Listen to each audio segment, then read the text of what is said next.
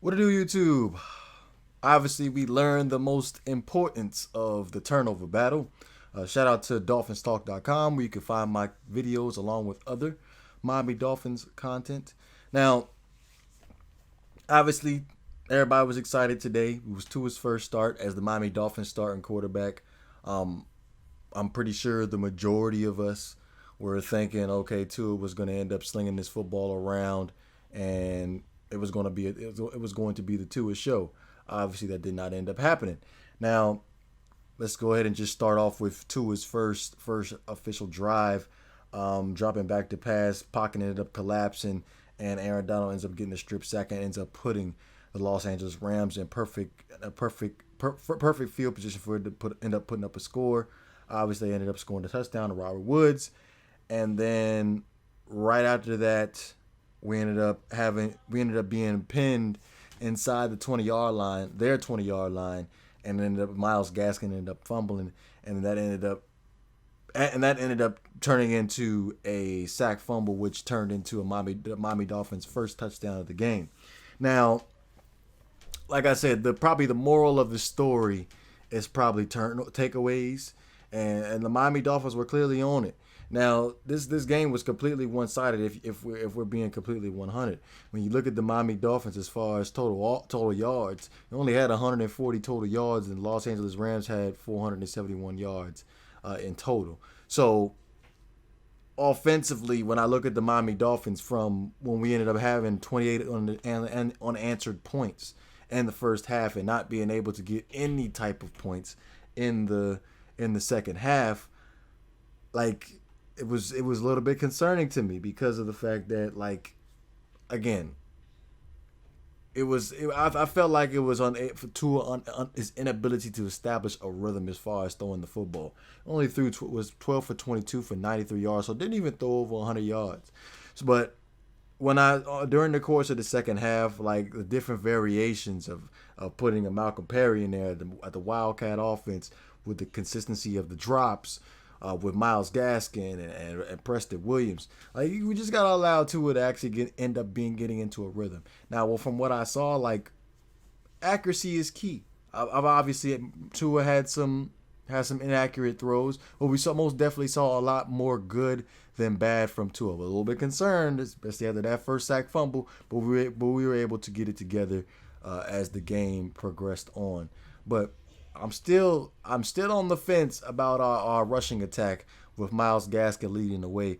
Today was like 18 carries for 47 yards, only averaging like 2.6 yards a carry. Like, that's a big, huge concern when we end up going down the stretch in these last stretch of games. Can Miles Gaskin get it done? Which really was eyebrow raising in that third down was a wildcat play when Tua ended up moving out to the outside, lining up as a receiver, and it was a direct snap to Miles Gaskin. His inability to pick up that 3rd and 1 was a big, huge concern. So we definitely need a little. So I've been saying this from day one, since it's clearly looking like we're about to cut ties from Jordan Howard.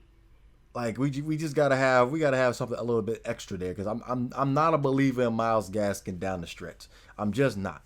But clearly today, it was more of a Miami Dolphins defense collective effort. Wasn't a lot of movement as far as the Miami Dolphins offense is concerned. It just clearly seemed like the Miami Dolphins defense just had the Los Angeles Rams number, man. But defensively, I did want to also touch on the fact that, hey, the rush defense is still a little bit of a concern for me.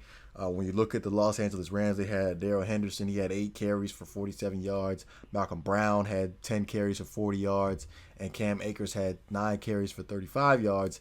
It's a big, huge concern for me. Again, I preach the same things, man. I preach the same things. Like, if you're not hip to the Not for the Bay podcast, get hip to it. Be sure to check the podcast out.